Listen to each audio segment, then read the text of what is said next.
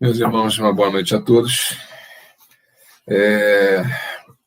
Eu vi uma postagem esses dias aqui falando sobre o bem e o mal, né? Uma postagem no Facebook, me chamou a atenção a forma como as pessoas às vezes encaram essa questão do bem e do mal.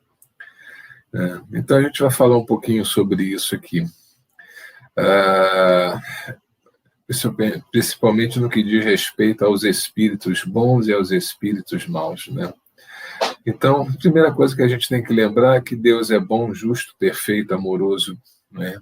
E, portanto, se Ele é perfeito, o mal não é obra dele, não é criação dele.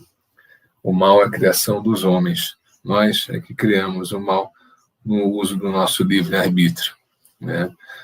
Tudo que Deus faz é por amor, tudo que Deus faz é perfeito, né? E nós, dentro da nossa imperfeição, somos perfeitos. Tenho certeza disso. Nós aqui, na forma como nós nos relacionamos com a vida, como nós entendemos a vida, nas escolhas que nós fazemos, é que criamos o mal, né? Alguns dizem que, na verdade, o mal ele não existe, né? O mal seria, na verdade, a ausência do bem, né? Então, quando nós não compreendemos o bem e não praticamos o bem, nós estamos gerando um mal. Quando nós, não compreendendo o bem, fazemos escolhas equivocadas, nós estamos gerando o mal. Fecha lá a porta, por favor. Então, o que acontece?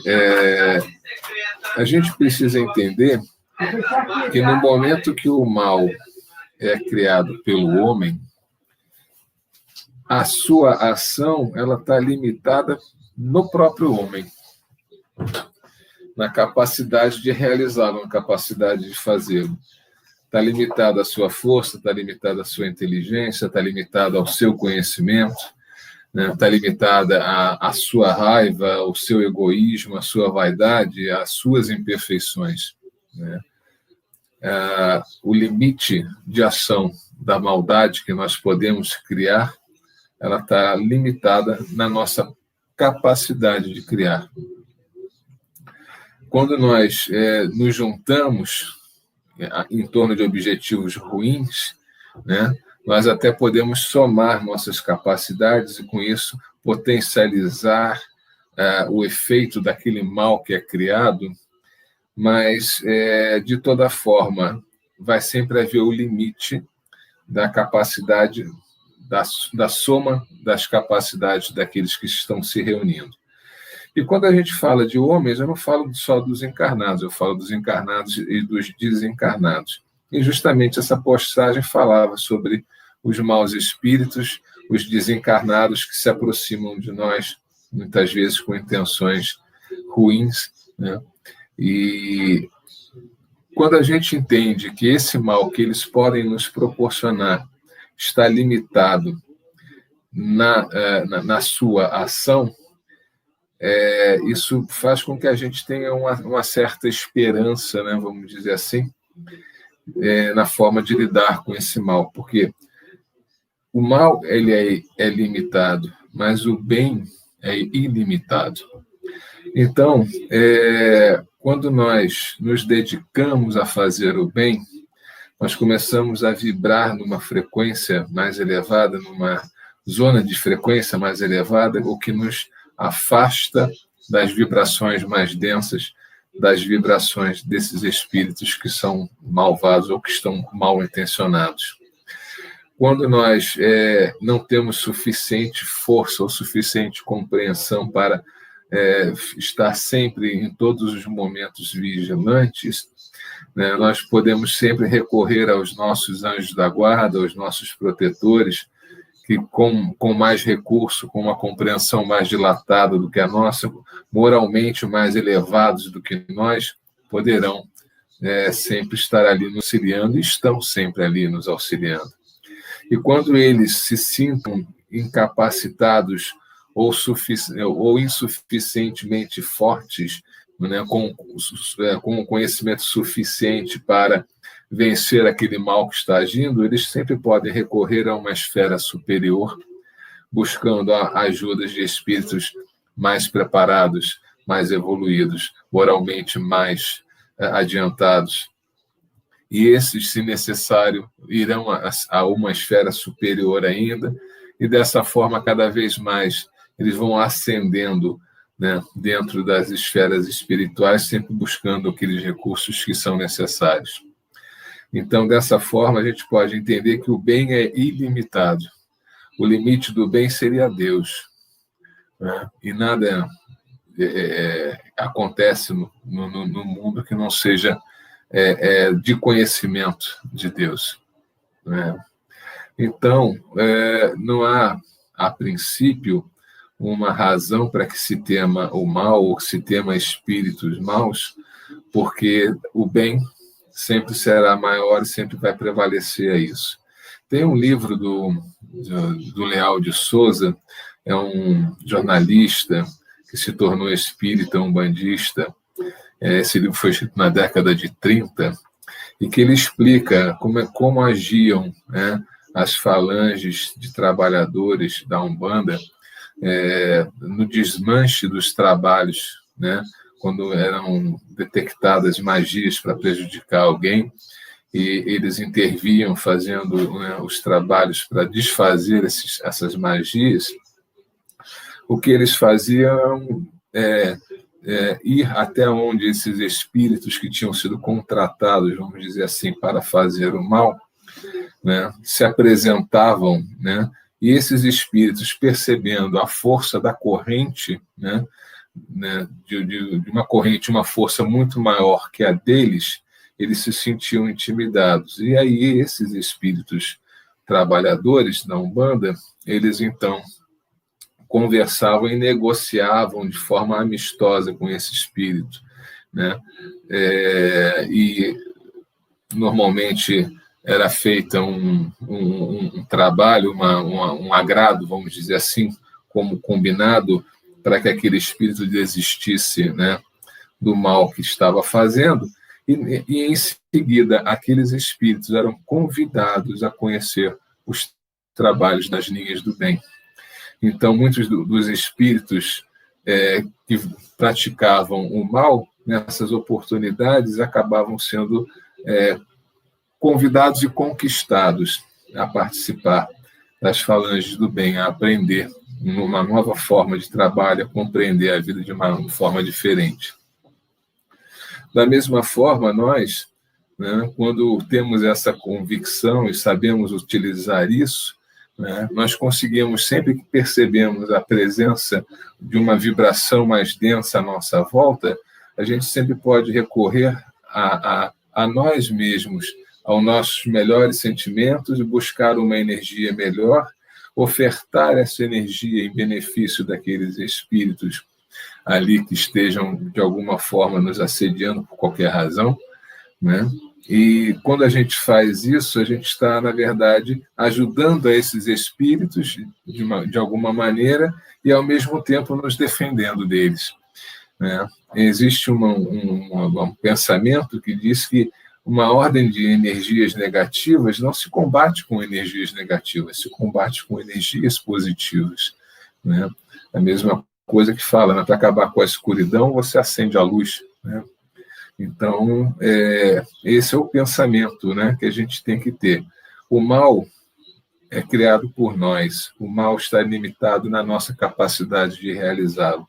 O bem é infinito, né, porque nós temos, apesar de estarmos encarnados, nós também somos espíritos eternos e temos ao nosso lado, se nós buscarmos o auxílio necessário dos espíritos bons, dos espíritos amigos. A vantagem que, porventura, o mal possa ter sobre nós está em relação à nossa invigilância, está em relação a nós não conseguirmos nos manter 100% vigilantes em todos os momentos. Então, quando nós nos sentimos agredidos ou acuados de alguma forma, nos sentimos influenciados de alguma forma, nós temos instintos que são aqueles mesmos instintos primitivos das nossas primeiras encarnações aqui nesse planeta, encarnações que foram necessárias para desenvolver o veículo físico que hoje nós ocupamos. E nessa época nós não éramos o topo da cadeia alimentar, nós éramos vítimas de espécies mais fortes, né? Estávamos servindo na cadeia alimentar de espécimes mais fortes e, por conta disso, tínhamos os nossos instintos de sobrevivência e de preservação. Então, quando nós nos sentimos acuados, esses instintos ainda falam dentro de nós.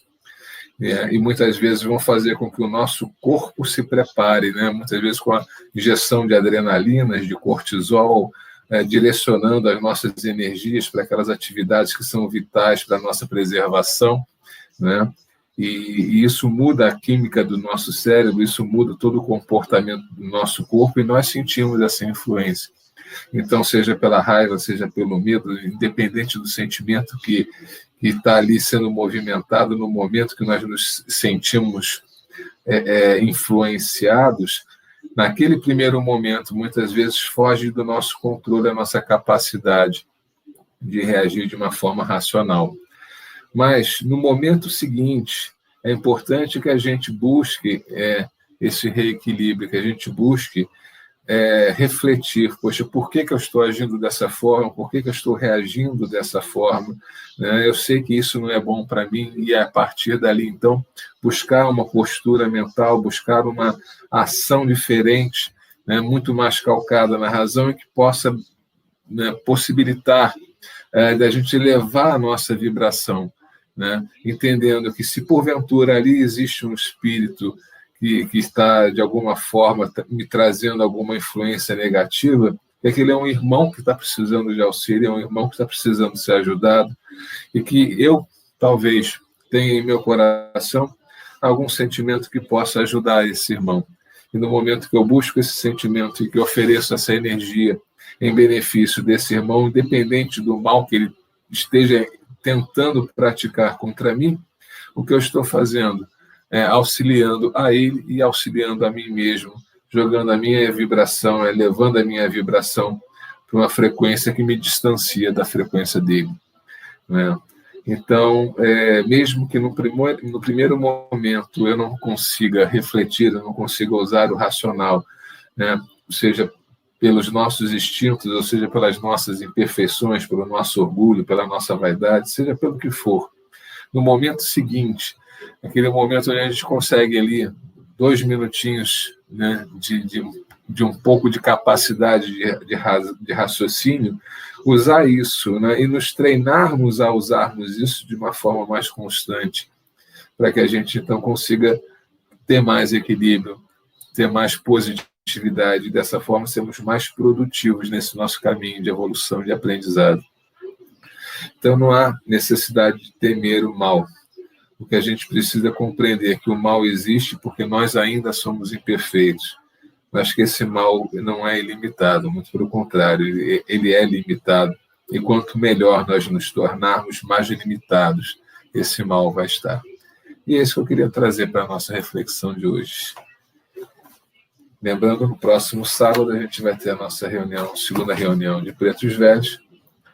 Aqueles que chegaram depois aqui no canal, quero me desculpar pelo problema técnico que nós tivemos, né, que caiu a conexão, mas conseguimos voltar, mas algumas pessoas que estavam assistindo não conseguiram se conectar depois de novo. Então, peço perdão a essas pessoas. Se quiserem, o vídeo está no canal, e no próximo sábado teremos a segunda corrente de Pretos Velhos. Então,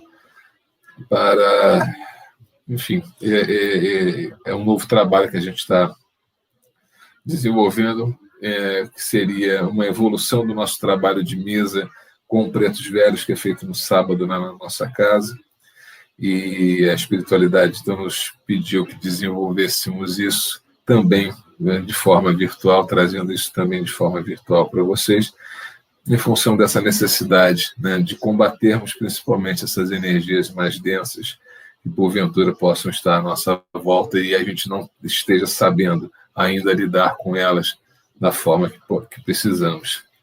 Então, sintam-se todos convidados a conhecer esse trabalho no sábado, a participar dele conosco, às 16 horas. Vamos começar